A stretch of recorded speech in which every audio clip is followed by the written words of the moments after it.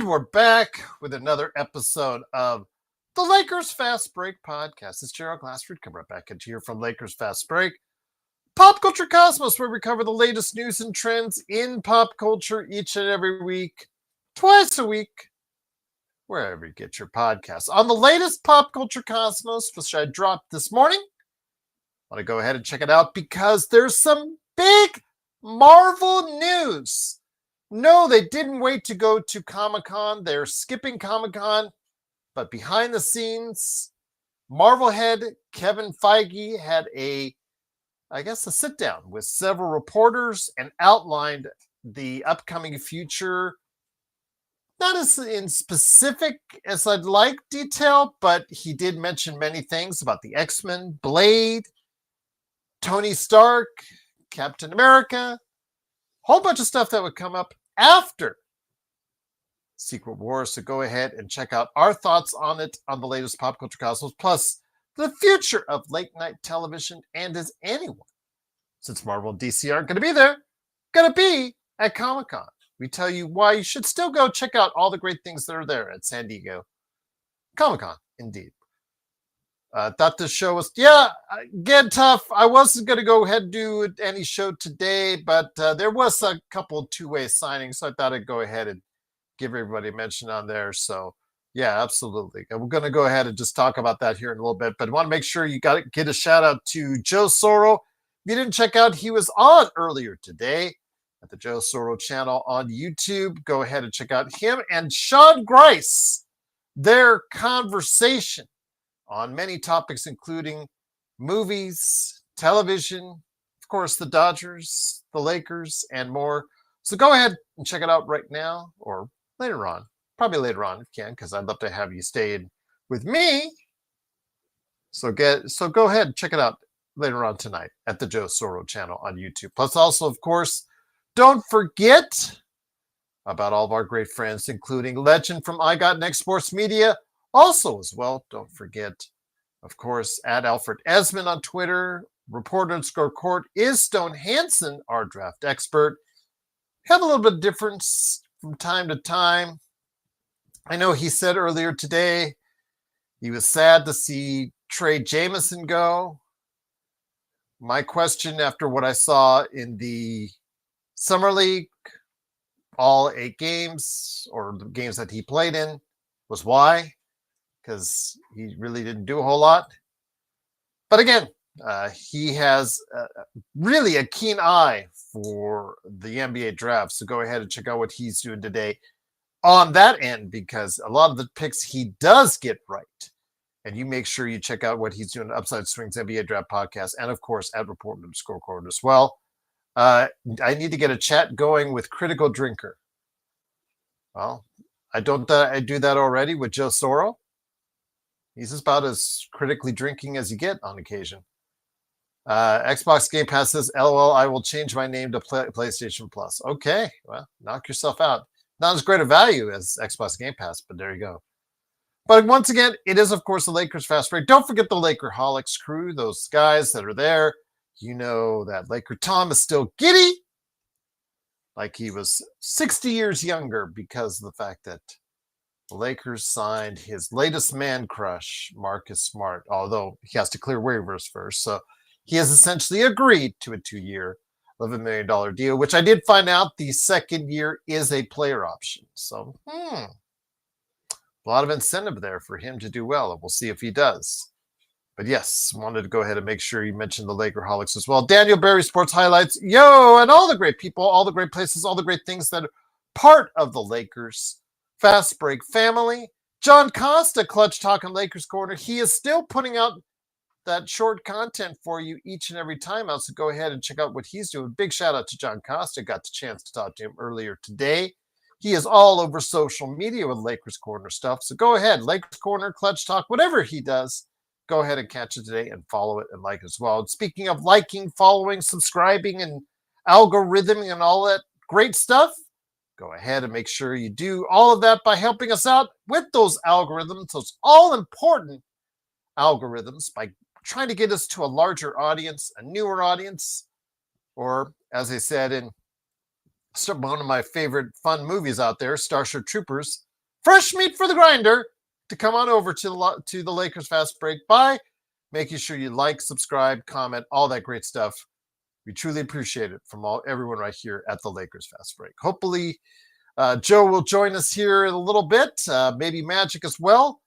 But I just wanted to go ahead and cover some of the minor dealings today. Lakers shored up what I think is pretty much most of the roster without any dramatic changes, because the Lakers today finalized two-way deals with Christian Koloko and Chris Mañon, who played on the Golden State Warriors Summer League team.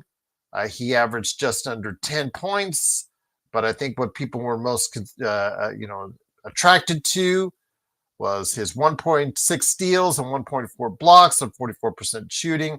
He is a guard, just to let everybody know, 4-year guard out of Vanderbilt. I did see him play in the game with the Lakers. Again, he finished his summer league with a nice 17-point performance. So hopefully he will get a chance to go ahead and get some action with the Lakers. But again, he is going to be more for the defensive side of things if he makes it, because it looks like the Lakers are trying to be somewhat cognizant of the fact that they do need help on the perimeter.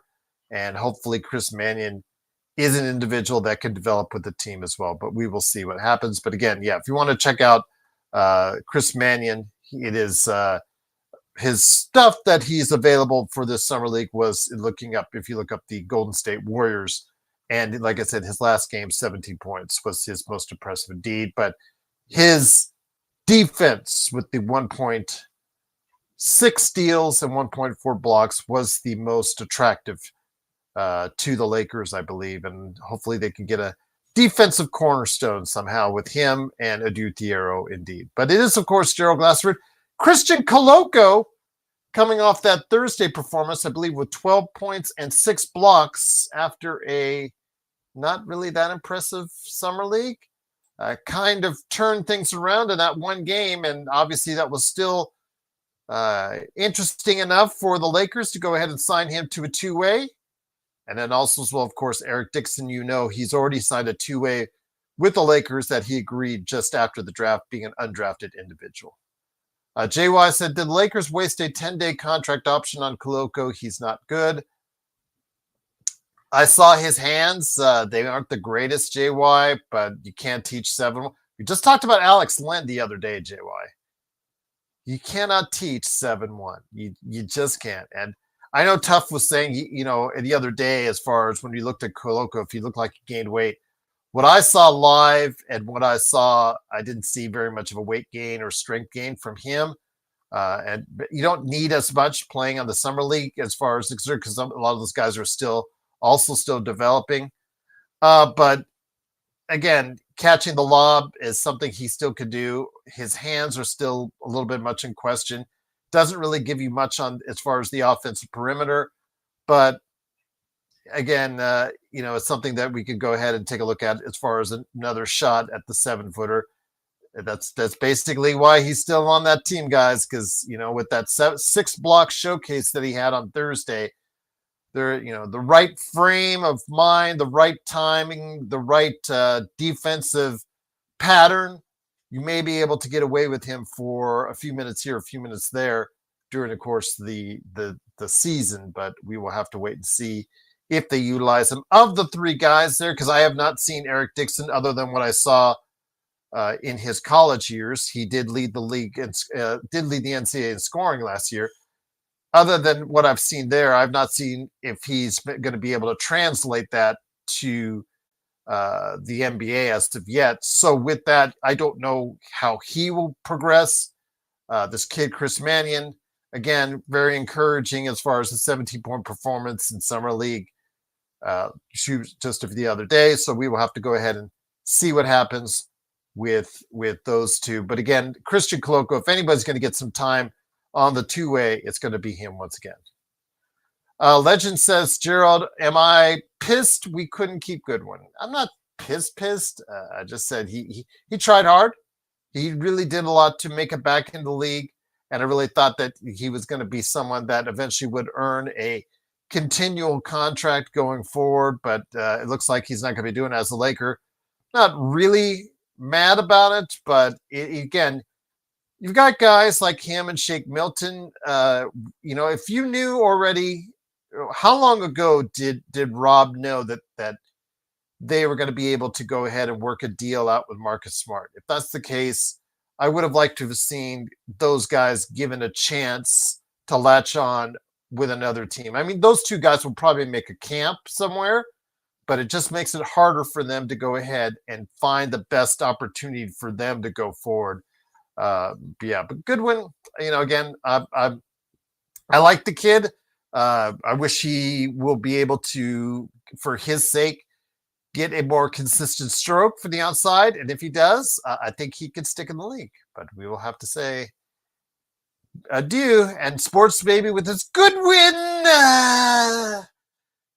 that he used to do on playback is no longer going to be a thing for us here at the Lakers Fast Break. So I wish both guys luck. That's just all I'll say. Legend said, do you think Ayton is better than Gasol? And do you think Bronny can become better than Fisher? No on the first one and no on the second one. I'm going to say probably of those two questions, I would say, is Ayton better than a Hall of Famer? Definitively no. And do you think, especially because he's a draft, he is legend. Great that we got him. Plenty of upside, plenty of opportunity for him to make a lot of money, plenty of opportunity for him to do well alongside Luka. But he is still at this point a draft disappointment, not a draft bust. I said a draft disappointment because as a number one draft pick, he should be working on one of those mega contracts by now. And obviously he didn't. And I'll leave it at that. As far as Bronny and better than Fisher, no, I don't think so. I think the game has changed. The same things that allowed Derek Fisher to not only just stay in the league, but be a starter and be a major contributor and a clutch performer at times for the Lakers will not be the same thing or same things as far as what Bronny will be allowed. His pathway to consistent minutes is going to be a little bit different, a little bit harder because the league has gotten, I think, in my opinion, more talented and a lot harder to progress if you have certain deficiencies in your game. And as long as he cannot shoot consistently from the outside, that will continue to be a detriment in his game. He has to get to be a respectable player. Otherwise, he comes in, they just drop coverage on him to death, and they'll get him right back out of the game. It's just that simple.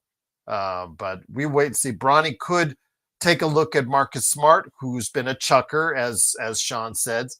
And you'll hear the word chucker a lot when associated with Sean, because he's not exactly thrilled. He's not exactly the highest on the Marcus Smart signing, I will say. But he has been a chucker at times. And his percentage has not been great. But if Bronny can get to the point where he's in the 30s, maybe 35% from three-point line, then I'm hoping he will be able to go ahead and become a regular contributor. But I will say this. The fact is, you're going to have injuries over the course of the season. There is going to be some type of matriculation. There is going to be some type of injuries happening to the Lakers. It happens to every NBA team at some point in the season. So at some point, the fact is, even with Marcus Smart, our team is still not deep. It still does not have a lot of options on that bench as far as consistency and productivity is concerned.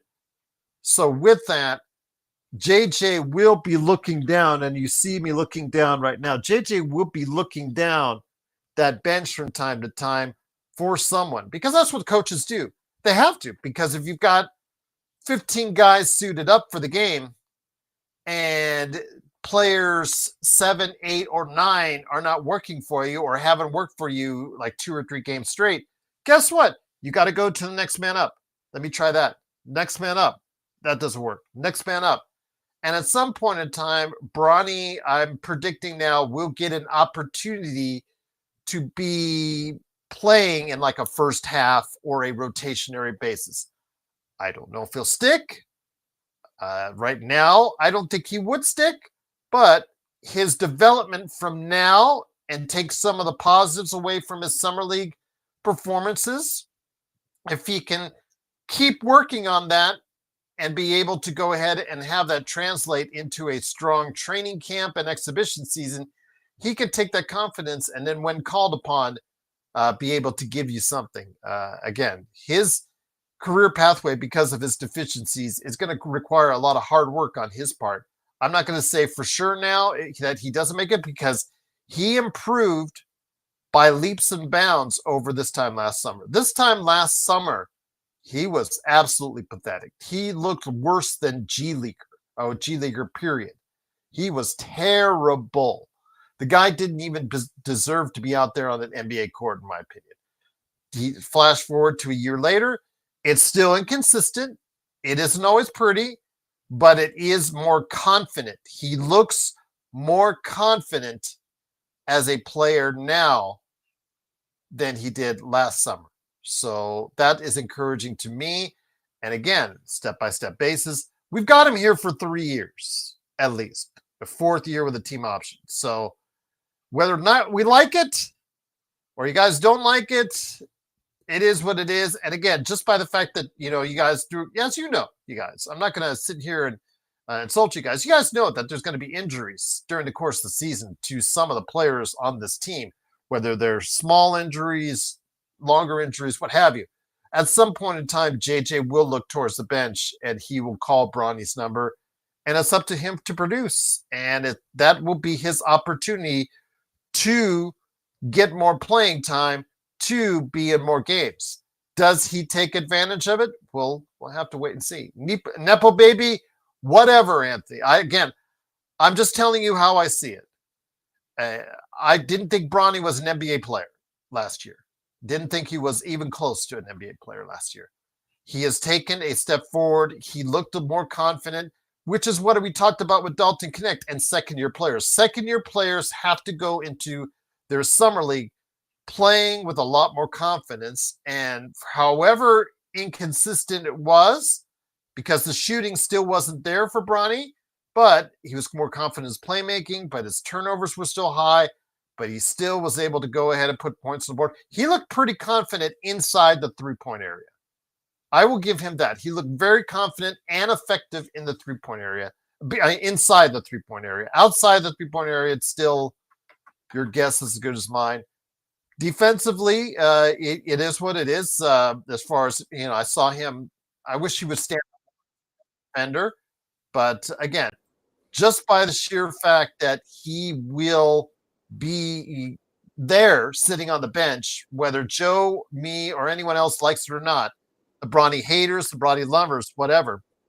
The fact is, as Joe knows, just by the fact that there'll be injuries this year at some point in time to the Lakers roster, JJ will probably have to give Bronny some burn, and it's up to him to go ahead and make the most of it. Even if it's just like a 5-minute stint here, a 5-minute stint there, it's up to him to make the most of it. But speaking of Joe, he is here now. It is Joe Soro, the man, the myth, the legend himself. Go ahead, Simblades with a Y.com, his company, also as well, Corrupt on Steam, COREUPT, and of course the Joe Soro channel. If you did not see Joe Soro and Shawnee, Magic Man Sean Grice, earlier today, please go ahead and check it out after our show is. And then also the Joe Soro experiment on playback as well. My friend Joe, the two-way rosters, the two-way players on this roster have been finalized. Chris Mañon from the Golden State Warriors. I think a lot with him is more on the defensive end than the offensive end right now from what I'm seeing. 4-year kid from Vanderbilt, from Chris Mañon. And then also as well, Christian Koloko, who was really up and down on his performances in Summer League, was very ineffective at times, but on Thursday night, Joe, this is what I think solidified his position, the 12 points and the 6 block shots that he got on Thursday night. Your thoughts on these two? I know you don't know much on, we all don't know much on the kid, Mañon, as far as it's concerned, so we'll have to see if he'll even get any burn. But most likely he'll get most of his burn in the G League. But your thoughts on retaining Christian Koloko on the two ways?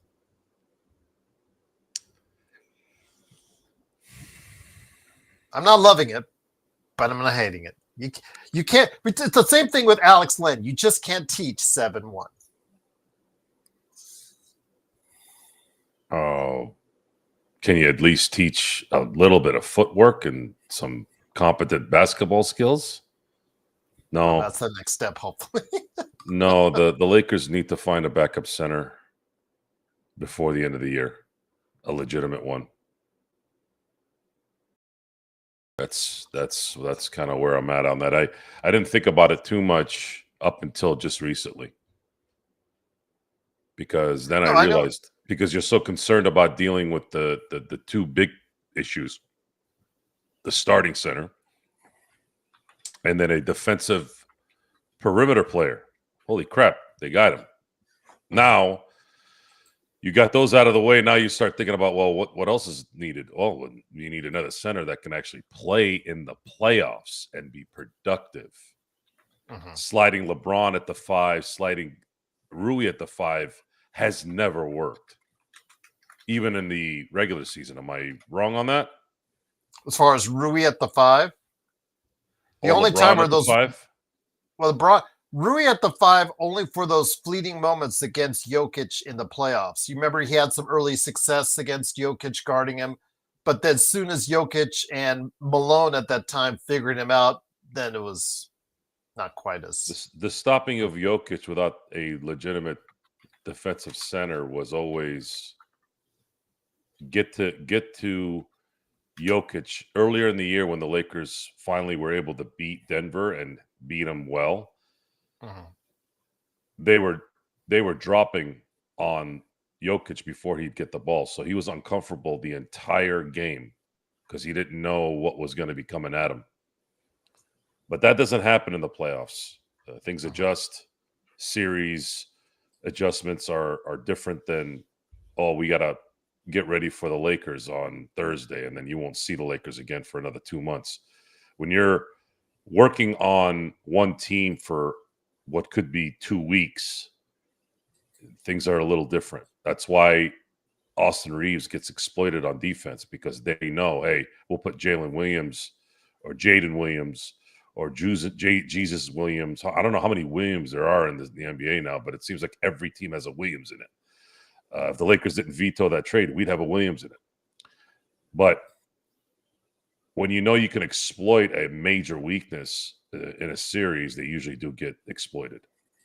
And the Lakers will get exploited if they have to use Rui or LeBron as a backup center. So by having a legitimate backup center, someone who could actually shoot too, that's why Horford's been on my mind a lot lately. And I know the Lakers at its current contract setup can't get him. This is where Rob has to do something to figure that out. Or at least figure it out by the deadline. By the way, Kai Jones, can we get off Kai Jones, Johnny? As much as we would like him, as much as your team, Sacramento, would like him, I believe he is still listed as a two-way for Dallas. I don't know how you can sign him if he's contracted to another team, unless you make a trade. Oh, and no more Vanderbilt on a dunker spot, please. Oh my God! But then where will you put him? You can't put him out at the 3. What did they do to Old Yeller?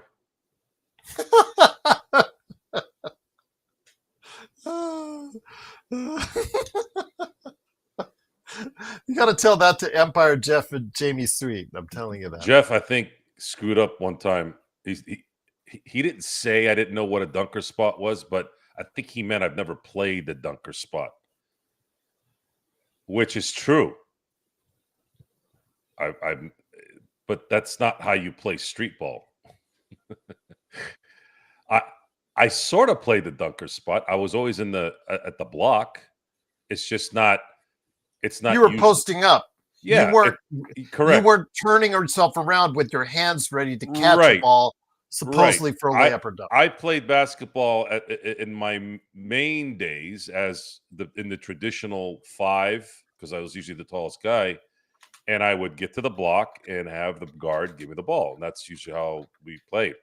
But to be in the dunker spot, you usually have a pick and roll that starts the set, and then you're there to catch the ball, and you're there to catch the ball if the pick and roll draws in your guy. The problem with Vanderbilt is he can't catch the damn ball. And that's a major problem when you're playing in the NBA and you need people to catch a basketball. So Rob has until the deadline to get a backup center and possibly another perimeter player that can kind of score. Now, if LaRavia is the guy that gets to the Lakers and really does well, then maybe a little bit of that isn't as catastrophic, because we already set up the 8-man rotation. The 8-man rotation for the run is established if you can get that backup center. So you're going to have Luka, you're going to have Reeves, you're going to have Rui, LeBron, and then Ayton. That's your 5. And then you have Marcus Smart, LaRavia, and then you need that backup center. If LaRavia is indeed the guy that comes and hits his mark with the Lakers, hits good shots, plays decent defense, then your 8-man rotation in the playoffs is finally set. Whereas in the last few years, the Lakers have had really essentially a 5-man rotation, and 5 plus 1, 5 plus half, basically. They don't have a bench, and I'm not relying on Gabe Vincent or Kleber or Vanderbilt in the playoffs. I'm sorry. I've seen that story. I've seen that show, and I don't want to watch that show. They are the Walking Dead after Negan arrives. Useless episodes, useless shows.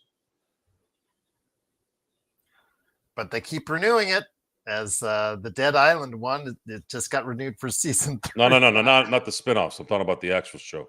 Oh, the actual show. Yeah, the actual show, like you said, died with. And it's sad too, because when Negan pulled out the baseball bat. Yes. When Negan, it wasn't just the episode when Negan arrived. It was the setup that I remember. Unfortunately, I was one of the guys that knew about what was going to happen. Not all the way, but I knew kind of who was going to be taken out. But I still felt the impact. And that's why I judged that so highly, is I kind of knew what was coming. And I was still amazed at how good TV it was. I don't think I still stand on this. I thought that was one of the greatest dual episodes I've ever seen on TV.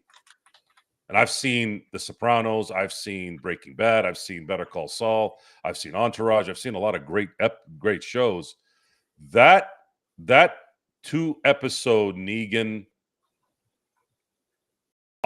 prep and arrival and execution, literally, was as good of TV as you could have.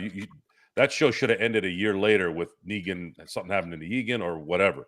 And then when Andrew Lincoln left, it just made everything worse. I don't know. It wasn't so much the characters leaving. It was the story. It went from what I felt was an apocalyptic show into all of a sudden they started filling boxes. We had to know what every person was doing. People were having kids. Like they were actually thinking like they were getting married and wanting to have kids. I'm like, wait, what are you guys, stupid? Like this, I mean, I know the suspense of disbelief is sometimes needed in certain things, but really, and then of course we have to know what everyone's preferences were, and the story kept getting more and more dialogue with lousy actors. It's just, it got to the point where I think it got too expensive. Sometimes when you've been behind the scenes in production, you start to realize, did they do this to save money? You could see it sometimes. When you see Superman, the cast of this Superman that just came out, it was so obvious that was a money saving idea. Like, we got to not spend X amount of dollars for this because you really screwed it up the last time. What was that, like a $400 million budget, Man of Steel? And it wasn't even for the budget. Well, it was this like Superman is also reported between anywhere from 250 to 350 as far as the budget on this one. So this one ain't going to this one isn't cost cutting as well. And again, I was talking to my daughter. I said, do you realize that if it doesn't make $700 million, it will probably not break even out at the years. But the way Warner Brothers and even Marvel, Kevin Feige in his interview the other day said, look at Superman, how well it's doing. Well, like, is it really doing as well as you think? And Warner Brothers is already, thank you Until Wild for the super chat. Is it really doing as well as you think out there? So again, I just put things in perspective. They're already building a universe. That's great. That's very thought worthy. Supergirl coming next year, and then Clayface after you had that's awesome and all that. But again, dollars and cents wise says maybe it's not the best to go ahead and be able to go ahead and just tell everybody that you've got this whole universe lined up first. Let's see if it works before you go ahead that far. But I like Superman. I thought it was okay. And I think a lot of people do too. But it is, of course, the Lakers fast break. So, Joe, with that, the Lakers have essentially their entire roster put out as of now. There's 14 players on there. They still can sign one veterans minimum player. But I don't know. Is this it? Do you think he'll just keep that slot open? Rob Pelinka, he'll keep that slot open. Truly appreciate Into Wild and No Joker for the super chats. By the way, No Joker agrees with you that he's got to take Joe's side with a Negan take on that. Your thoughts on this, though? I'll put it to you this way with Vando before we go ahead, and I'll let you answer on this because Vando, I want to put what JY said. I'm looking to scroll up. Great comments tonight already, you guys. Just truly appreciate it. Here, coming up here. Vando just plays hard. His defensive IQ is below average, and he has bad hands on offense. With Vando, that doesn't leave you many options now for someone that's on the contract for another 3 years. But besides Vando, I think our roster, from what I'm seeing, is going to look pretty much like this as it goes into training camp. Do you think there's more room for trade? Do you think there's another signing in the works in the weeks ahead, Joe?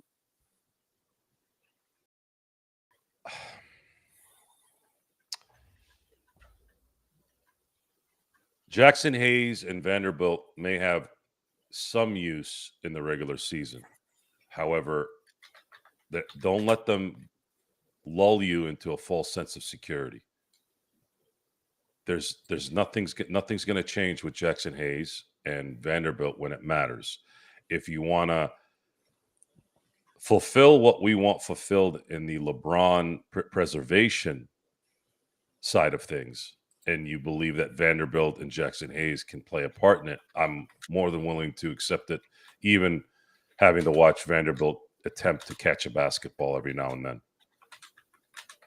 But by the deadline, you need to rectify those deficiencies. You need to get at least one more person likely on the perimeter that could benefit you from a scoring standpoint, from a defensive standpoint. And then you have to have a backup center that you can rely on because you're not going to play DeAndre Ayton 48 minutes. And I don't want Rui or LeBron playing center. This is a 4-series playoff run after an 82-game season in an era where players are soft. And in LeBron's case, he might be one of the few people that are not soft, but you can't expect a 41-year-old, 23-year vet to just keep playing like he did 5 years ago. That's just not gonna fly. You have to preserve LeBron James. LeBron James cannot exceed 32 minutes a game the whole year. And I would absolutely try and get it even lower than that. I would try to get to 30 if you can. And if Vanderbilt and Jackson Hayes can help do that, fine. But Rob Pelinka has until the deadline to get this thing added to the pieces, or they're not going to win the championship in any way. That's all that's left at this point. Okay. Well, again, I think the roster is pretty much set now, unless they do want to go ahead and keep that use that final roster spot on a veterans minimum. And I'm still within the Intel Wild Camp. That I still think they should give Amir Coffey a look, but it looks like that's less and less with each day. Not going to be the case. I don't see a trade coming in the near future, Joe, unless, like you said, it's for a big name. If it's for a big name that somehow magically appears, obviously, I think that changes the perspective. But I think the Lakers are going to battle with this crew for now. Now, mind you, again, as we talked about yesterday, if the Lakers are in a position that you think, you know what, it's time to go ahead and make some changes or make some tweaks, come the trade deadline or thereabouts, we could see the Lakers making some maneuvers if they feel they are in a position to win and win big. If Luka's having an MVP like season, if some of these guys that are really playing for next season, as far as for next summer, with big contracts like Marcus Smart, DeAndre Ayton, to an extent Austin Reeves, Rui Hashimura, et cetera, if all those guys are playing well and the Lakers are in the top 3 in the Western Conference, that definitely, I think, will change the perspective on changing their timeline and maybe becoming more of a win now team, Joe.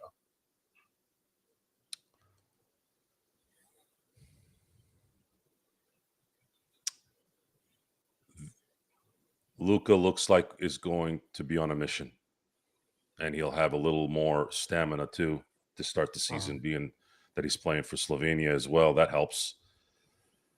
And then if everyone ups their game and everyone that's a significant part of this has a reason to play better than they did last year, because they have millions and millions of dollars at stake next summer.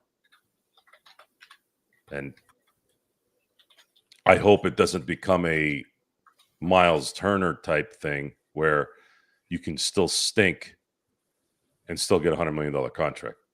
Mm-hmm. Think about that for a second. What if Austin Reeves just plays okay? Well, based off Miles Turner, he got a 4-year, $25 million contract. Not only that, but the team that signed him put themselves in as bad of a position in terms of dead money that I've ever seen in the NBA.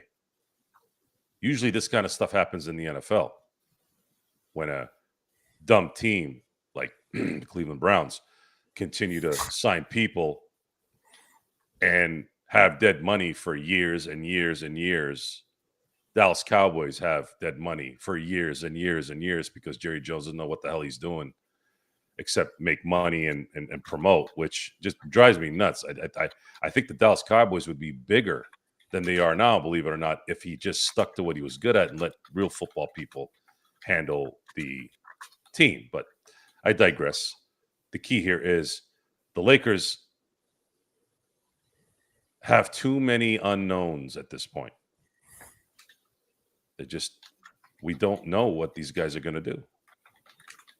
There's no real answer on, is DeAndre Ayton going to step it up? I think Marcus Smart will, but what is... Well, he has to stay on the court. I was telling that to Anthony. He has to stay on the court. But was he off the court because of motivation too? A lot of times these guys miss a lot of these games because maybe Marcus Smart woke up one day and said, man, I'm playing in Memphis for Memphis. Ja Morant is... Triple J, we're not really winning. Does that play a factor in that? I don't know. Then well, again, remember, Memphis at one time during the year was up as high as second place in the Western Conference, which I think at the time Marcus had already been injured and was out of the lineup.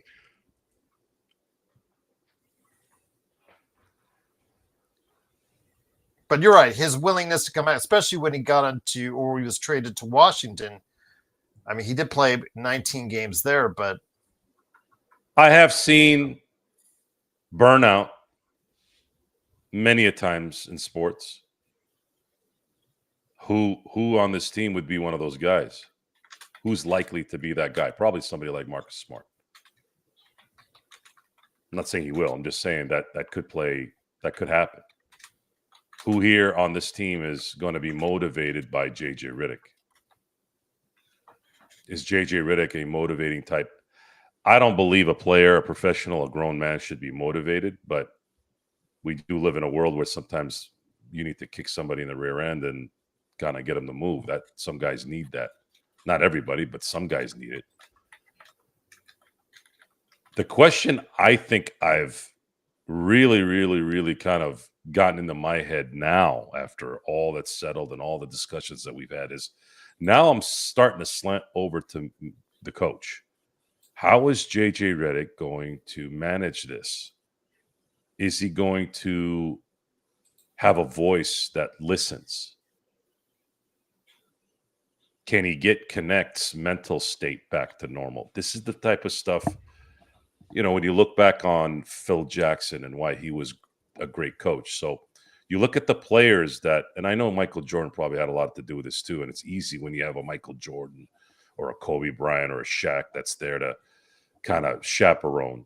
But one of the things I noticed is you had a lot of guys like a Steve Kerr, a John Paxson, a Bill Cartwright, guys that were not necessarily journeymen, but not necessarily the stars of teams from before and obviously during. Cogs in the machine, role players. And why is it that those guys' games escalated around a Phil Jackson winning team type atmosphere?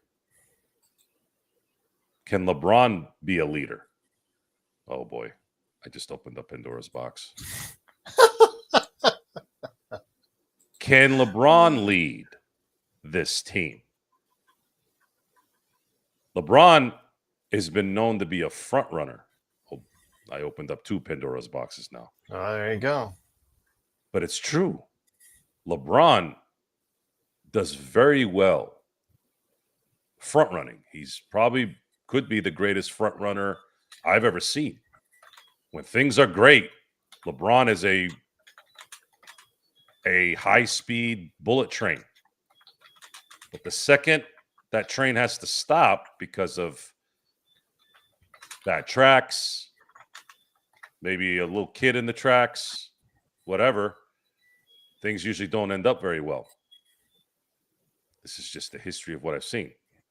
They've ended well 4 times for him, but this will be his 23rd season, and it's not ended well 19 times, right? Yes. Or at least 18 times if you don't count this year.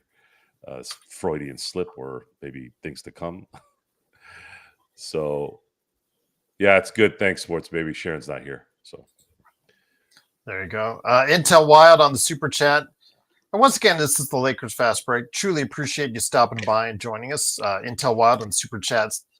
Again, he's the initiator of all this with Amir Coffee, but he said, it's coffee time, please. Grab some coffee ASAP. I agree with you, Intel. I think Amir Coffee, from what I've seen, played on a top 3 defensive team in the NBA last year, shot 40% from 3. Seems like, why is he still looking for a job? I would fire my agent. So that's all. That's the first thing I do. If now I just got to be on the minimum and I was looking for something a lot more, I'd have to go ahead and fire my agent at this point. So I'll just leave it at that. But yeah, Amir Coffee is still getting ignored by a lot of people out there. Maybe there's injury concerns that we don't know about, guys. But yeah, I don't know why Coffee is still out there. Sharon's. She's in here. She heard you, Joe. She heard you. I knew she was here. I just wanted to draw her out. Okay. All right. She heard you. CMB says JJ was literally popping champagne after beating. It's why I did it. I'm just having some fun. Well, again, CMB, a rookie head coach, and we talked about this throughout the year last year. It's going to be an up and down ride with a rookie head coach because there's a learning curve. I don't care how many years JJ's spent in the league. I don't care how many podcasts that he's done. There is always a learning curve once you step into as a player or as a coach or as a GM. And you are going to have your ups and downs until you become the coach you were meant to be.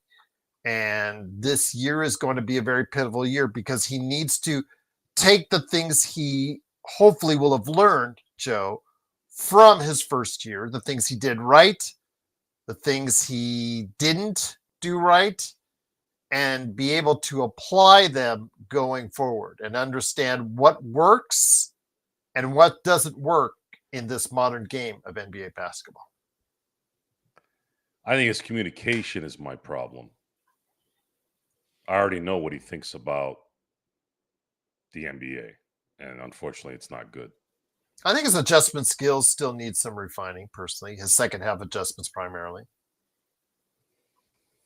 But that comes with experience. That comes with experience.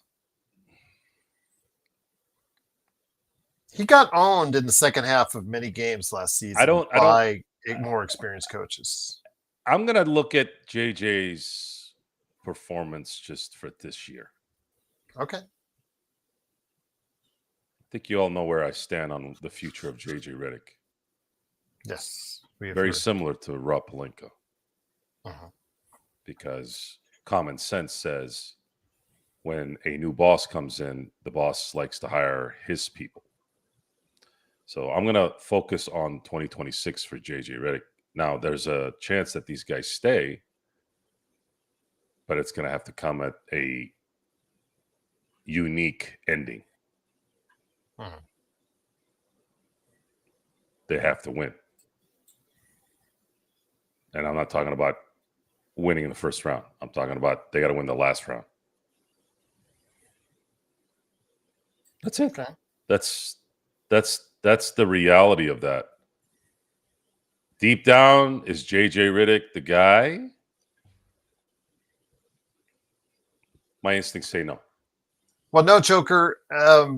Yeah, we know he has 4 years left on his contract, but as Joe has said before in his passionate arguments with me about Mark Walter and the whole thing, which I would agree, when you buy a team with a valuation of between 10 and $12 billion, does a coaching contract, will that ever get in the way of the actual coach you truly want to coach for this team?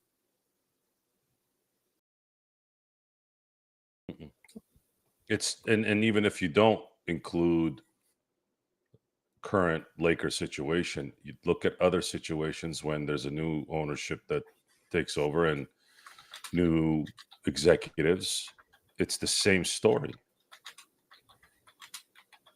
They eventually will get the guys that they want. And that's just the way it's going to be. So getting attached to anyone right now other than Luka Doncic is kind of it's not really productive for you. I wouldn't dwell on it too much. Okay. I would focus on 2026 and try and make a miracle. Try to just, if I'm Rob Pelinka, if I'm JJ Redick, hey, just focus on this season. See if you can pull a rabbit out of a hat and win a championship. So let's just say you're Mark Walter, Joe, and you come in there, you make the changes you want to make, and you want a new coach in there. And I'm putting this into what Anthony is asking right now in the chat. Truly appreciate you guys asking these great questions in the chat. So who would you think would be a better fit for this Lakers roster and Luka going forward? I don't know. If I'm Mark Walter, I am going after Sam Presti, Tim Donley. Conley. I'm sorry, Conley. Jeez, I was just talking about the crooked refs, so that came out. Sorry. We have hired today as our player. I combined both names because Donahue was all like I was talking about Donahue a few times today. for whatever reason, because all my degenerate cousins are all freaking gamblers, and I was talking about it. Anyways, Conley.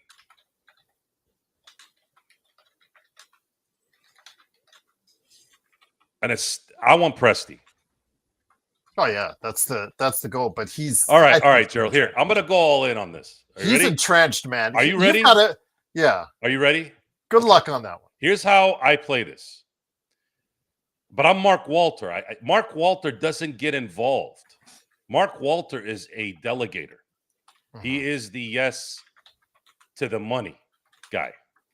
When they need a couple bucks, they knock on Mark Walter's door. Mark, is it okay? And then Mark will look at it and he'll go, yeah, it's okay. Mark, is it okay? He'll look at it. Can't do that one. That's who he is. So I'm going to play Mark Walter. I hire the best executive in the game, Sam Presti. Sam Presti doesn't want to leave Oklahoma City. I'm too loyal, Mark. I'm sorry. I appreciate your offer. Well, that's respectable. How about $50 million a year for the next 5 years? And you can have this incentive, that incentive, whatever incentive. We would really love you to come build us a championship dynasty here. We already have a piece, a prime MVP candidate for the next decade. We would like you to add to that. We would like you to do what you do best. Absolutely. Right? So you have now solved that problem, and then the next step is Sam Presti now going to find the right coach. And who is that right coach? Now, again, I'm playing Mark Walter. I'm letting Sam Presti do it. But let's just say Sam goes to Mark, who do you want, Mark? Do you have any preference? Just so I can kind of get an idea what you like. I mean, the first name that came to my hand is Jay Wright.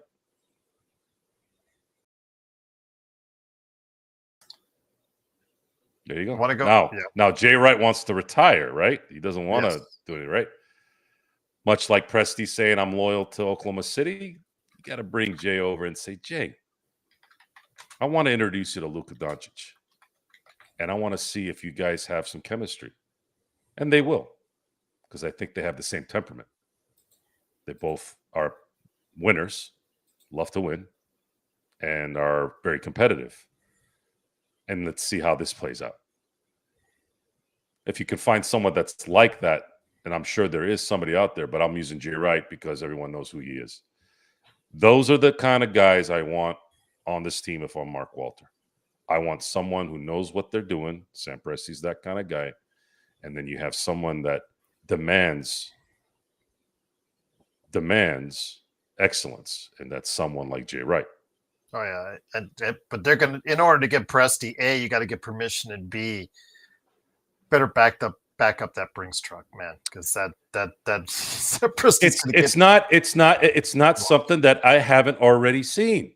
Andrew Friedman was working for the Tampa Bay Rays. He was under contract. He was a few games away from maybe even winning a World Series in 2008. He built a crazy culture in there that's still doing well in Tampa.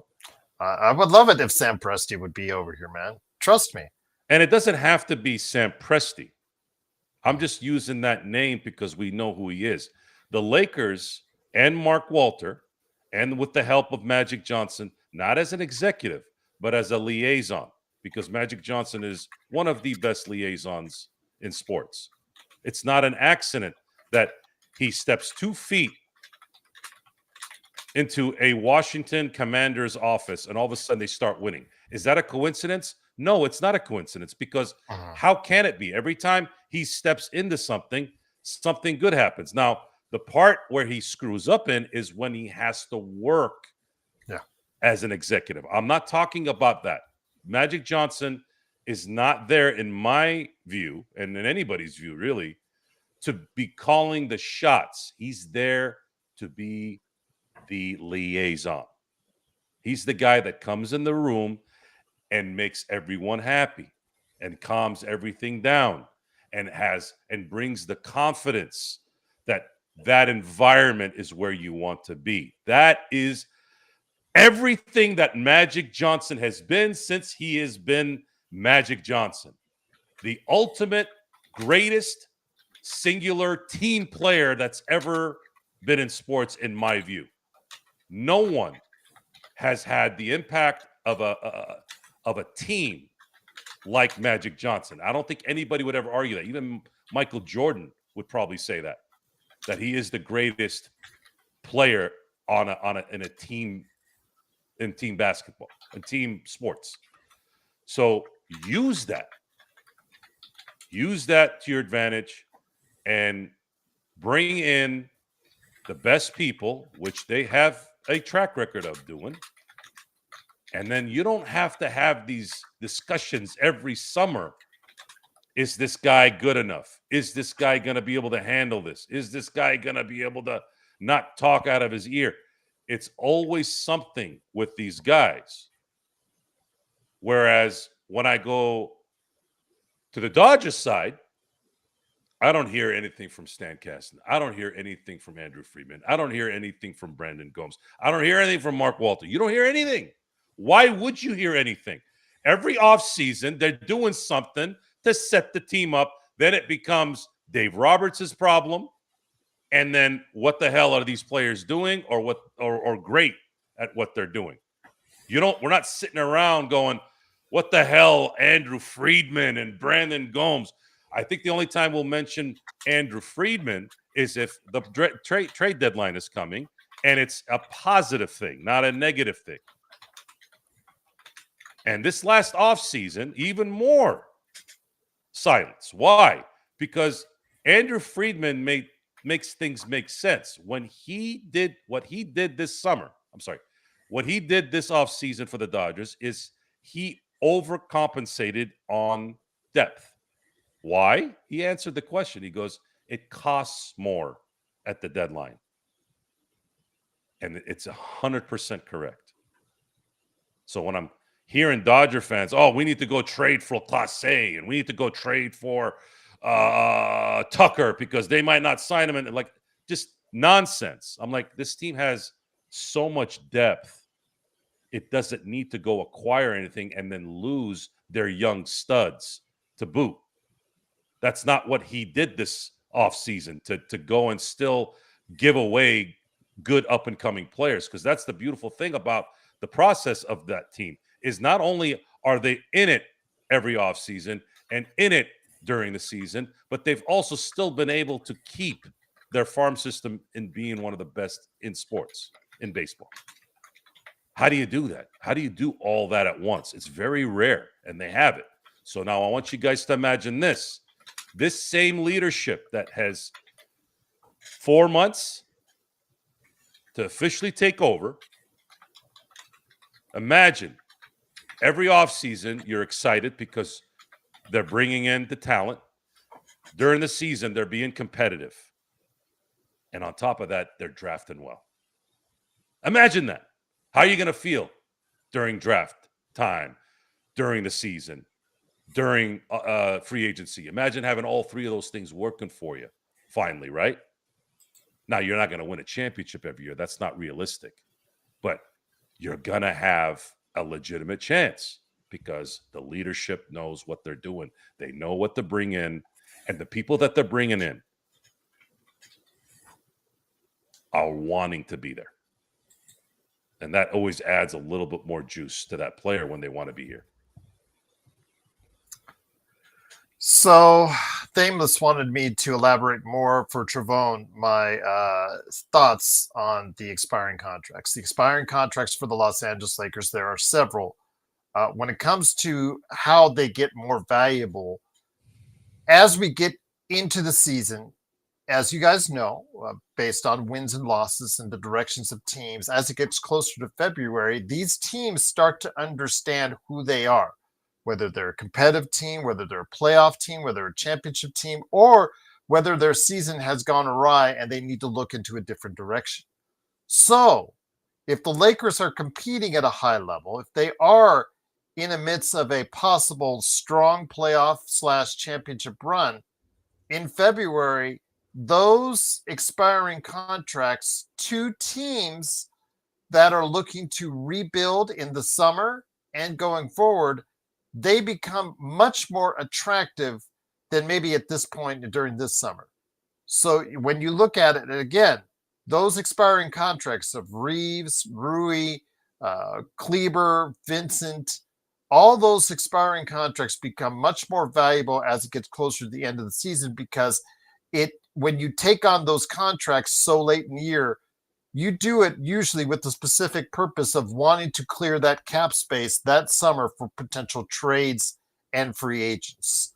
So when Joe says, if we're going to make a trade, or we're probably going to be able to invest in a backup center or invest in more of a 3D wing or invest in this player or what have you, it's most likely a major trade would be happening closer to that period of time, especially with the expiring assets, if the Lakers feel like they want to go into more of an all-in mode at that point in time. Because I truly feel, even with the signings, Joe, that they have, this Lakers team has not fully gone all in. They're still having, their eye is still like, they've got one eye focused on the now, but they got one eye, they're cross-eyed, Joe.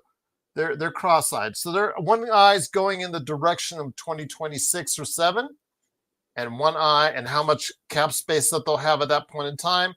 And then also one eye is still making this team competitive for the now. And with that, if this team shows, Joe, with MVP season like for Luka, with all these guys that are playing for incentive contracts in the summer, like Ayton, like Smart, etc., playing at an extremely high level, getting this team to a top 3 seed in the West, I think that conversation changes, and I think those assets become more valuable to trade for something that will help the Lakers be even more competitive in a win-now situation come February. Again, that's all dependent if they're going to be a top 3 team right around what they were this time a few months ago in February.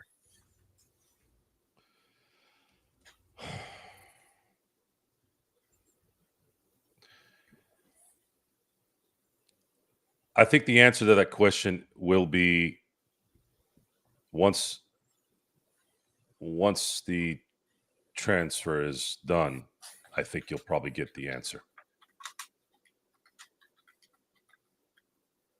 I don't think we're going to get the answer right now, unless you're looking at current decision making is play it safe. There's some truth to that. I think they're playing it safe. Opportunities have come their way. From what they're saying about Luka being a recruiter, there could have been agents talking to each other, agents talking to certain players, things being heard in the grapevine, and all of a sudden Luka's like, ooh, are they really going to buy out DeAndre? Maybe Luka's agent says, hey man, I think they're talking about buying out DeAndre. Ooh, okay. Let me call DeAndre real quick. Hey, bro, what's up? Hey, I'm hearing some talk that you might, you thinking about getting bought out by, or that you're going to get bought out by Portland, right? Yeah, it's a possibility. Hey, man, you need to come to LA. Really? And then they go through their thing. Same thing with Marcus Smart. And hey, beautiful thing about hearing that story is all these weirdos who don't think Luka is going to stay with the Lakers for the next decade. Now that gives them a little bit more of assurance, right? I don't know where this discussion came from. Where, is Luka going to sign an extension? Is Luka going to? I'm like, dude, where in the hell? Do you know how the NBA works? Where's he going to go? And why would he leave and lose more money? He already got shafted at $100 million 3 months ago.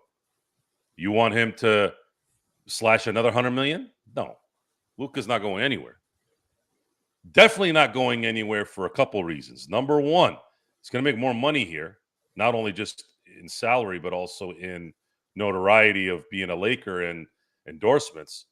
But if you think that it was all a coincidence that the Mark Walter group and the Guggenheims decided to finally get this thing cleaned and cleared, you don't think they had a say in some way of this thing happening in February too, when they got word of it, then you probably don't know business very well. All the stuff is connected. It's all connected. And I believe once ownership is transferred to the Guggenheims, you'll start getting answers really, really quick to all your questions. Remember, there are no salary caps to resources. There's no salary cap in bringing the correct executives, the correct coaches, the correct training staffs, the correct scouting departments, building out departments, building out the analytical department, amenities. There's not going to be any penny pinching like it's been the last, what? You can probably say last decade at the very least, since since Jeannie and Jim and the Bus family have taken over since Dr. Bus passed. You're not going to have those problems. Your thoughts are not going to. Jeannie's thoughts are not going to be, oh damn, if I go a little too much over here, I'm gonna be in the red. It's not going to happen with the new ownership. So they can concentrate on the team, solely on the team, improving and winning championships. But we're not going to really feel that. You are not going to feel that. I've felt it already. I already know how this ownership operates very well. And I've felt it for 12 seasons. And it says, when you're coming from my area of being a Dodger fan, so let me put this in perspective. I was fortunate to be at the beginning of my Dodger fandom, right at the heart of the 88 season, where the Dodgers ended up winning a World Series, and history and all-time crazy home runs and amazing pitching performances all were there. Then, after that, it was misery for about 20 years. And this is with 5 straight Rookies of the Year. Unfortunately, we had to see the O'Malleys, the original owners. The O'Malleys sell to Fox. Fox comes in, trades Mr. Dodger for a bucket of chum and a couple of pennies. Sorry, Gary Sheffield and Charles Johnson. But to me, I don't look at Gary Sheffield was a mercenary, and I knew that even then. Gary Sheffield does not care about anyone but himself. That was a horrible trade to come to LA. And Charles Johnson, as good as he was behind the plate, couldn't hit a ball to save his life. So Fox comes in, ruins everything, and then eventually realizes, oh, wait, we're not really good at running a baseball team. Then they sell it to some a-hole who had a bunch of credit cards. And he actually did better than Fox, hilariously. They actually, won a division in 2004 and played in the playoffs a little bit. And then acquired Manny Ramirez in 2008 and almost won a World Series that year, except for bad relief pitching. Geez, where have we heard that before? True.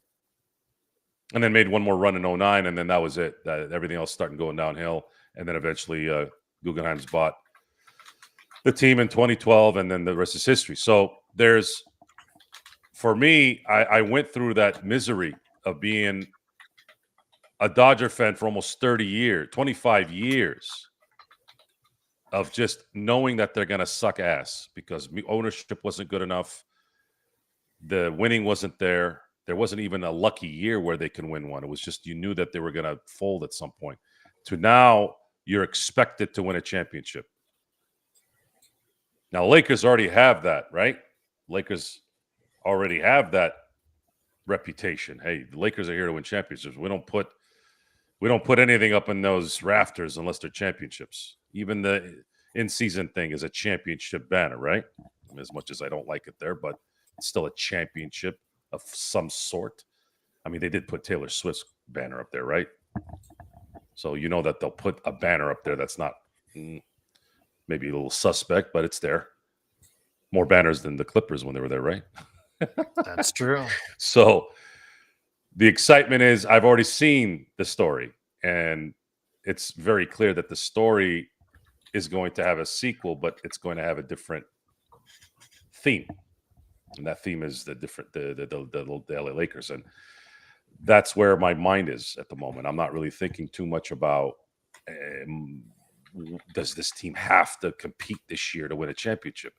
I want them to have a chance at winning a championship. I wish for it. I hope for it, but it doesn't dominate my mind because I think it's unrealistic to think that this team at the moment is a favorite to win it all.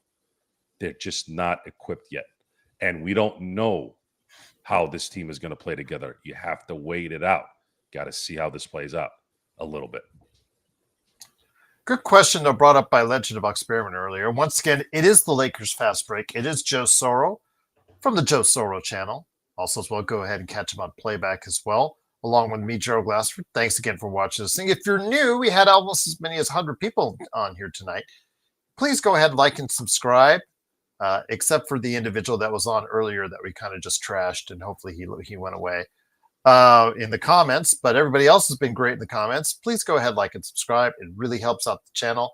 Legend of Experiment had a really good question, Joe. Looking back on it now, Dalton Connect may be adversely affected because of what happened with this trade. But let's just say his natural deterioration was going to happen anyways, whether it's physically or mentally. Looking back on it now, should we have gone through with the trade for Mark Williams or not? I'm torn on it. I am torn on it. I'd probably say no, but it's not a definitive no, just because of the fact that we wouldn't have any other first-round draft picks right now in play because of it. Well, you want to ask yourself, and even though we'll never know, do you believe that Mark Williams would have made the difference against Minnesota? Minnesota, but it wouldn't help. I don't think the Lakers would have gone much farther with him. No, actually, I disagree because they would have faced Golden State, and I am sure the Lakers would have beaten Golden State. Where they would have likely lost is the Western Conference Finals. So let's talk about that for a second. Although Gobert probably would have dominated. Is it worth? Let's go through the trade. Let's go through the trade. Let's say it happens. Let's say they cleared it. The Lakers are able to beat Minnesota. Then they face the Golden State Warriors, which I felt 100%. Because, of course, you feel 100% now. But at the time, before you knew Steph Curry was going to be injured, you didn't know that, right? But now that we know, they would have beaten Golden State. Steph didn't even hardly play. He was done. He was toast. So the Lakers would have beaten Minnesota, beaten Golden State, and then would have met Oklahoma in the Western Conference Finals. Now, the interesting part about that is the Lakers really matched up well against that team, even without a center. So what do we really know about that series? But let's just say they go 6 and lose. Was it worth it? Was it worth losing that first round and really not have Mark goes as a free agent and goes somewhere else, right? Was it worth just going to the Western Conference Finals to lose the first round pick? Forget about Connect for a night now. The answer is probably no.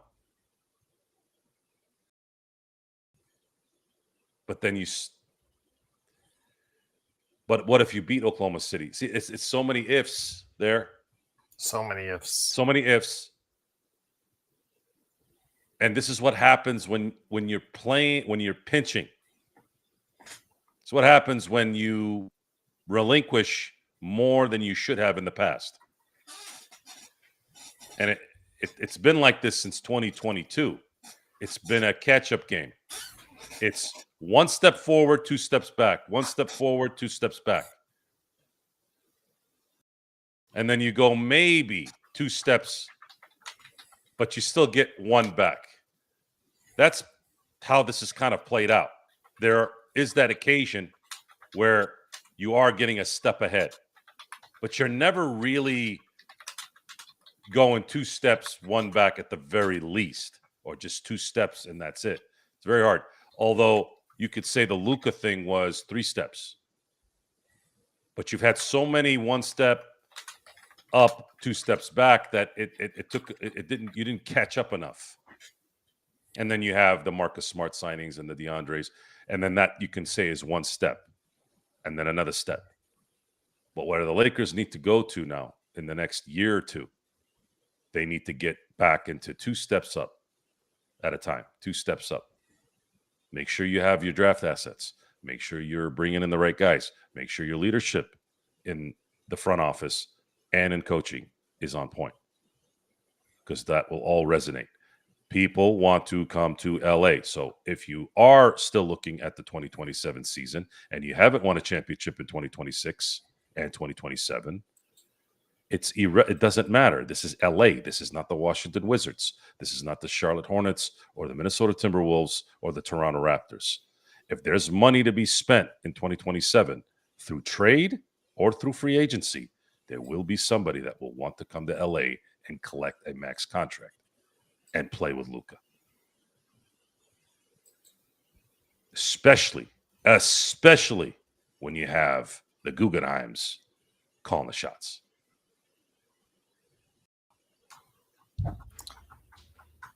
We'll see if that happens. But once again, I feel like I'm am I sounding preachy tonight? No, you're not. I think you sound calm, cool, and collected. It's a little bit. I don't want to go preachy on you. I don't know if. Yeah, I don't know if it sounds weird in my head. I feel like I'm. And the stars are coming, and we are here to give you all hope. Feel very, very reverent. Just feel very confident in your beliefs based off of track. Yeah, and I do. I actually am very confident. This was a game changer. There was so many changes in the positive since February 1 that it's hard for me to really. I wasn't affected by the trade, the rescinding of the trade, because I kept thinking, oh, well, they keep the first round pick, and I still want to see if Connect is worth something. Like I wasn't affected by it. Mark Williams was a nice player.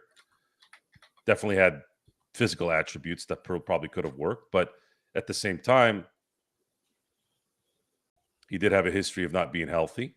Did you want to really give up a potential Bogdan Bogdanovic type player and a first round pick for someone like that? Yeah, I think in the end, I think they kind of wised up and said, I think I'm going to roll back on this one just in case. And I think it was a good call either way. And just so much that they gave up. And we've seen since then that there's been a lot of trades, Joe, with not that kind of correlation to the assets being given up. The Lakers, obviously, I think, in my opinion, whether you like Mark Williams or not, I think they were offering a little bit too much in order to get them. I think they got a little spicy because they got Luka and they wanted to get a big man in here ASAP. And I think it just it brushed and clouded their thinking just a little bit in order to go ahead and get him here. Again, Mark Williams, hopefully he will play well in Phoenix, even though they just drafted a player with the similar type of attributes as him, plus Nick Richards on that team for Charlotte Centers West. Which still blows me away what they're doing. I don't know what they're doing in Phoenix because obviously it just makes absolutely no sense. But okay, what have you. But yeah, I wish him the best luck. Ayton comes in. Let's hopefully he will, again, a lot of money for him is on the line as far as him being able to go ahead and have that on the horizon with a good season with the Lakers. And if that's the case and he has a good season with the Lakers, 65, 70 games of 15-10, which are right around his career averages, that could be very beneficial for the league. But most importantly, that could, as far as him being able to be a free agent, that's going to get some money out there, but it also could be very beneficial for the Lakers with a good season as well. And Enrique made a good point. The Dodgers punted the 2023 season to some degree because they knew Ohtani was coming.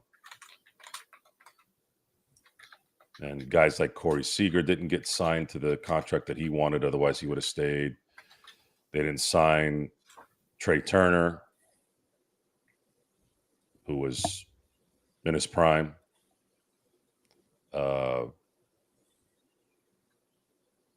Sometimes you just got to scale back a little and really, really say, if we can just be a little patient, we can really get what we want and set the stage for what we want. And the stage is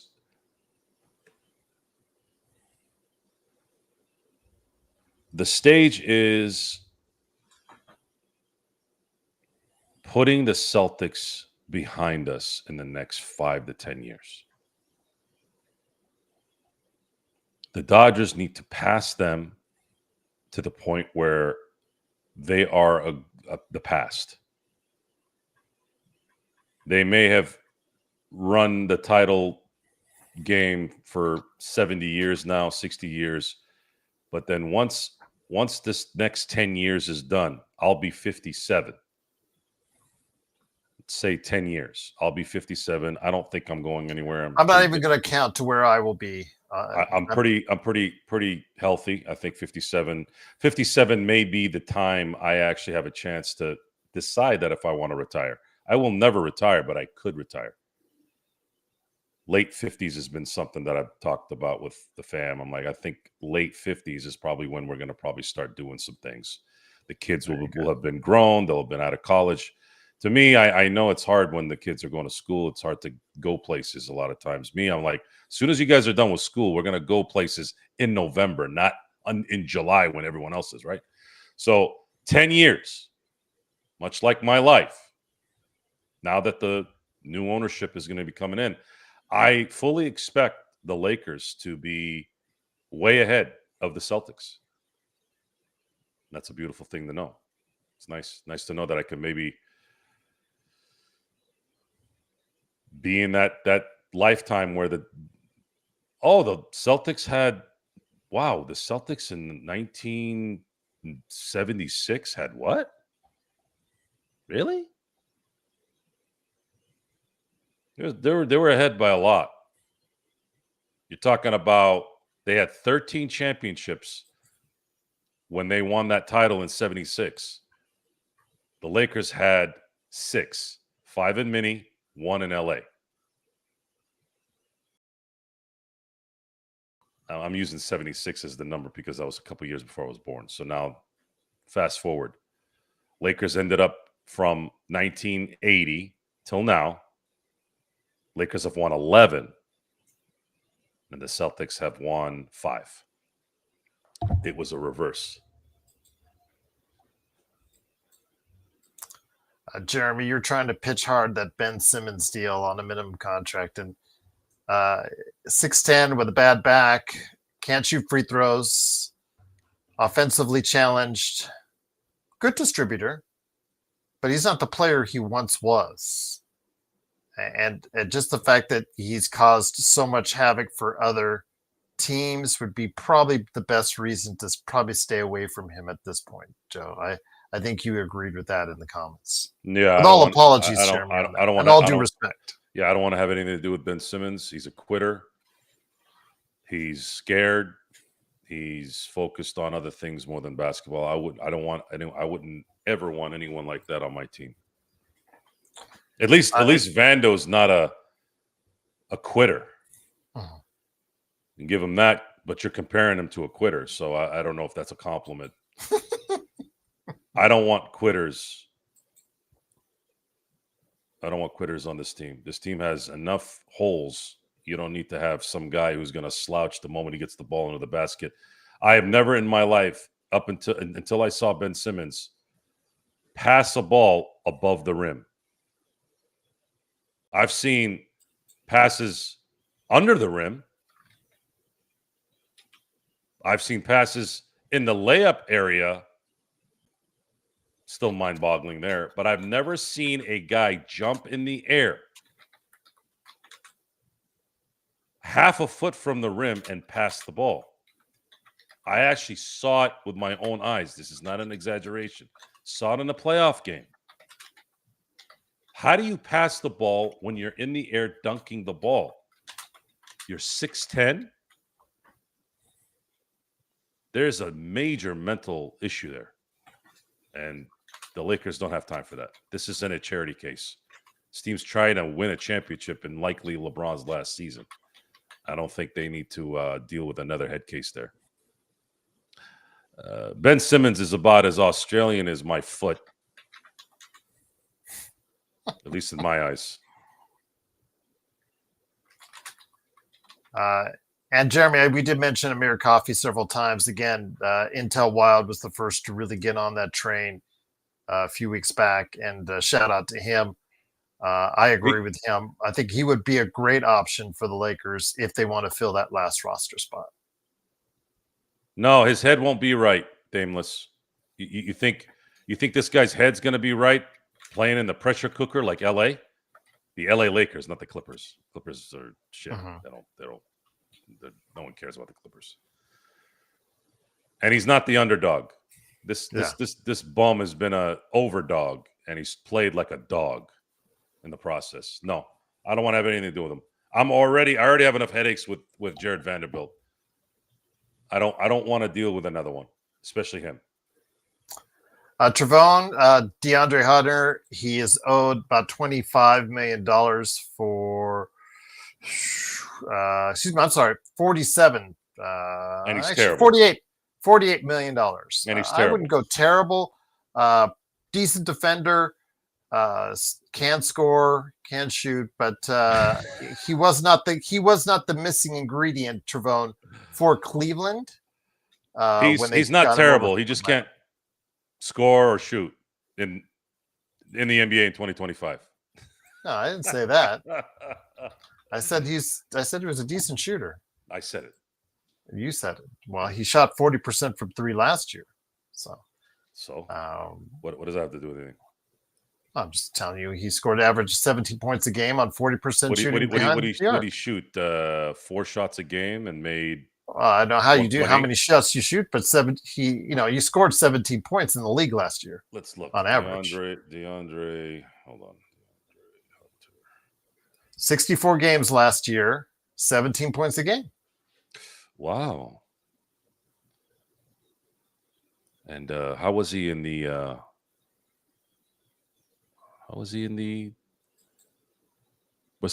Eastern Conference Finals? Was it?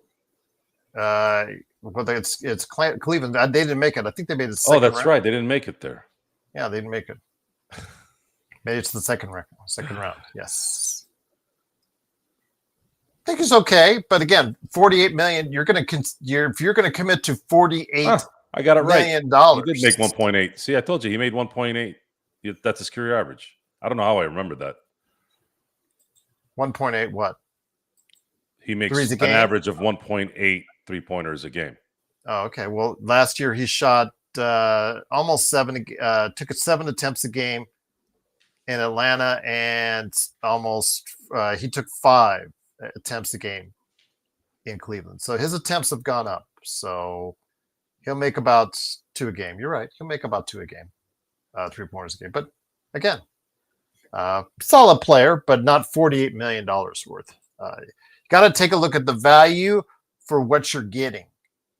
And as we saw, Cleveland went all in by trying to get him in that trade with Atlanta, and it didn't quite pay off. Like I said, good solid player, but if he's coming off your bench at $24 million per year, that's not great. Although, again, Naz Reid is going to get that for coming off Minnesota's bench this upcoming season. So we'll see how that works out. Jeremy says, haha, was that play really that bad? No, it wasn't that bad for DeAndre Hunter. But again, your expectations based on what you have, based on what it costs you to have. Define bad. Let me paint a picture. Mando on offense. Let me paint a picture here. Since so many people are so enamored with stats, how good is Austin Reeves? Let's look at his numbers here. Well, you and I have said clearly before that we think on a good team, on a great team, if everything was perfect, he would be a sixth man off the bench for both of us. So Austin averaged 20 points a game last year. Best career year, right? How do you do in the playoffs? It went down from there, which is part of the reason why I think the Lakers should look at moving him. But who's going to give you a better player than him? That's why he's supposed to be a good GM. I had options before during the course of the season, which I thought would have, during the summer, earlier in the summer, before the trade deadline and before extensions were signed, that I thought would fill that need a lot better than what the Lakers had. But obviously, Rob, we define good? You know, the definition of good is sometimes a scale. There's a scale to it, and sometimes certain players, when things get tough, the scale goes down. I judge players by moments. When you look back at the Lakers championship runs, what do we talk about? The intangibles. We talk about the KCPs. We talk about the Alex Carusos. We talk about the Rondos and how they picked spots in important games to really flourish. You look at guys like Trevor Ariza before then. You talk about even Bynum to some degree. These guys performed. LO. Role type players. These guys came through in important moments. I mean, Austin Reeves is a good regular season player, Joe, but as Steve says, when you lose, when you are a 3 seed in the NBA and you lose in dominating fashion to the 6 seed, that's my judger. That's how I can judge how good you are. So if you want to bring your 20-point a game discussion into it, you want to bring in this guy got 41,000 points. Oh, great. So are you printing that and putting thumbtacks to that on the wall? Huh? What? Yeah. What are you doing with those stats? Who are they for? There's a reason why they're called individual stats. If you are an Austin Reeves fan, a LeBron James fan, okay, I'll buy your dialogue a little bit. But most of us are not. We are Laker fans. I'm a Laker fan. And I want to prove to you how big of a Laker fan I am. After LeBron won in 2020, because this is how people think, right? They're in that stupid mode of jealousy and you have to tear somebody down to make somebody good, right? Hey, Joe, what if LeBron three-peats? How's that going to look for like Laker history if LeBron got more titles? What if LeBron gets more titles than Kobe? I don't give a shit. I'm a Laker fan. I love Kobe. We'll always love Kobe. I go, but if you called me after 2020 and said, Joe, what if the Lakers win 5 more championships in the LeBron era and everyone starts saying LeBron is better than Kobe? I don't give a shit. My team has 5 championships. That's what it's about. Stats, 20 a game. Oh, he shot 40% from the three-point line. What do you want me to do with that? Wipe my ass with it? I don't want to wipe my ass with it. It's not, I don't need to. I have a bidet. Much cleaner and much better hygiene. Plus, it would hurt after a while. So we got to get out of this. Oh, he's averaging this and he did this in a game in February. It's nice to enjoy the journey. It's nice to enjoy a regular season game. It's nice to admire greatness, a great game. Believe me, I'm not saying don't enjoy it. But don't let that be the end-all, be-all discussion for someone's performance. When you're in a game where winning is the most Well, I don't know important. who's doing that, Joe, because I'm certainly not. No, I don't think you are, but because you're a Some Laker people fan. do. You're a Laker I mean, fan. and they try to put in every game. You know how It's it a goes, Joe. They'll defense put in every mechanism. name. It's not, Yeah. and this is the thing. It's a defense thing.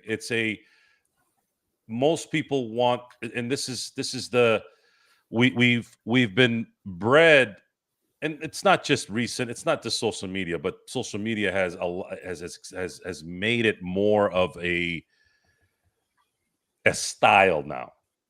Oh, you got to get yours. You got to get yours. So you've built this individuality because you got to be about back, you, and you got to make sure you get what you want. Okay. I got to get what I want. Why don't you just watch tennis? Why don't you go cheer for Djokovic or Sinner? Go cheer for Rory in golf. Go cheer for the individual player. When you're watching a team game, I can never understand how you can watch a team play and really side more with a player. I don't know. I don't. My brain has never gone that way. Doesn't matter. The end-all, be-all discussion here is I don't care about stats. I don't care about 40% from three. What did you do when it mattered? And it doesn't mean you have to win a championship every year. That's not what I'm saying. That's not realistic. If Austin Reeves was averaging 20 points a game and was holding his own on defense and they lost, there's a difference. Hey, look at what Rui did. We've been complimenting Rui. This was his best playoff run. He wasn't bumbling and stumbling like he was the previous 2 years under the basket when he got the ball. He was hitting shots. He was staying in front of his guy relatively as much as he could. Right? We complimented him there. Hey, if Rui can improve on that next year, great. There is a difference. Doesn't mean just because you lost, you sucked. But what really happened in this case is Austin Reeves not improving, not being a 20-point scorer in the playoffs, and being him in the most important part of the year cost the Lakers a win in the series. He was a part of the reason why they didn't. And that's fact. Watch the 5 games. I know I did. So that's what I'm trying to focus on here. I don't get starstruck. I will get amazed at an amazing performance because I admire the athleticism and I admire the talent that very few people have. But in the end, it's still about winning. And to me, I'm going to win every argument when it comes to a player's performance based off that winning because it's a team sport. Don't tell me LeBron is great because he's still doing well at 40. I don't want to hear that shit. I'm a Laker fan. I need LeBron, who's making LeBron money from 2012. He's making 2012 LeBron money, but he's not playing like 2012 money. Now I'm going to start saying some things. Well, maybe LeBron needs to take a pay cut. Is it any different than any other job? Gerald, if you're part of a corporation and you've had a guy that's your top salesman for 10 years, he's getting paid to be the top guy, and then all of a sudden the last 5 years your business loses money, are you still going to pay him the same amount of money? No. He's going to earn what he's been putting in. But that's not how it works in the NBA. It's not how it works in some of these sports, except for football, because they don't like they really went deep in, by the way, recently about guaranteed contracts. They wanted to go even lower. What a shit show that place is, man. That Roger Goodell, the day that asshole leaves, it's going to be a huge party, man. I just don't know if they're going to bring some other dickweed that's going to be just like him. So, anyways, I think I've preached enough tonight. Yes, sounds like it indeed. And he was also on for 2 hours with Sean. So go ahead and check that out on the Joe Soro channel after we go off here tonight. CMB, who's better between MPJ and Reeves? I mean, MPJ is the more prolific shooter. I'm sure you're going to see to give him a chance to chuck up as many shots as he wants in Brooklyn's anemic offense, which will be consistent of if they re-sign him. Of course, what they've got going on with Cam Thomas and Michael Porter Jr. So we'll see what happens there. Who is better between him and Reeves? I mean, both don't play defense at a very high level. MPJ maybe is a slightly better defender, but again, his defense was so great that he was shipped off to Brooklyn. That's good. I think it's dependent on how they fit around the team. MPJ for that championship run obviously fit extremely well for that team. So maybe you give the edge for him simply because of the fact that he's seen that type of success and Reeves has not. But I think it's close between those two as far as their overall talent as far as this. But again, fit quite often is the dictator for what their ultimate success will be. But again, it is, of course, the Lakers fast break. And yes, timely shots, timely in the playoffs. It does matter. And it did during that championship season. Didn't quite work out in this last playoff run, but again, he's got the ring, and that's all that matters. But Joe, it's been great having you here, my friend. Great having everyone here. We will go ahead and hopefully have shows, periodically throughout the week to keep you updated on what's going on with the Lakers. Summer League is now over. No more games unless you're looking abroad and seeing what's going on in Europe and all that. But any last thoughts before we head on out? Just seems like we're fixed on the team and roster we have now. Does not look like much is going to be happening down the road, but you never know. Subject to change without. Well, we've been discussing doing a show that's going to be kind of next level here in the next few weeks. Uh-huh. Yep. I think the timing is good considering there's already plans on my end to possibly have a different production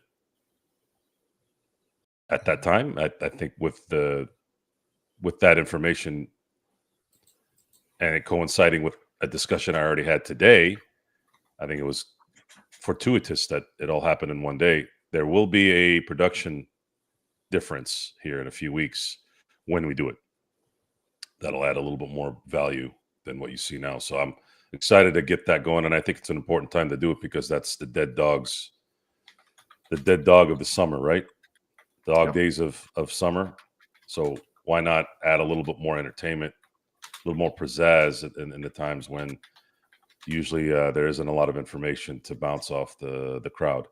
So I'm looking forward to adding that little advancement to the show, and hopefully it'll mean something for other things.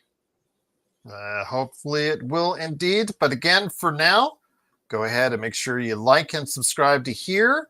Make sure you like and subscribe to Joe Soro's channel on YouTube, and also as well, of course, catch his playback for the Dodgers. I mean, we're on my channel, Lakers Fast Break. It's turned off for a little while because there's no Lakers action. But you know what? On Joe Soro's channel, it's still hopping on playback with Dodgers baseball, Dodgers action. Vari's there sometimes as far as Xbox. Sean stopped by, I heard. Joe's there. Some great people right there on the Joe Soro experiment. And we will have Sundays there as well. There'll be a lot of Sunday games. We will be the entertainment capital of the experiment. Fair enough indeed. Continue. But exactly. And big shout out again to everyone that makes this a part of what we do. Big shout out to our mods there in the chat. Truly appreciate it. Xbox and Sports Baby tonight, staying right there with you. And again, we will try to have shows throughout the period of time to get you through until training camp. And if this is indeed the finalized roster with maybe a veterans minimum signing thrown in there, then want to hear your thoughts in the comments. Exactly how far you think this team will go. We'd love to hear your thoughts in there. Go ahead and give us a shout out there, or Lakers Fast Break at yahoo.com. Hit the likes like Thema says on the way out, because it is the way out for us. But we'll be back with more shows throughout the summer right here at the Lakers Fast Break podcast. Have a great evening, everyone. Stay safe.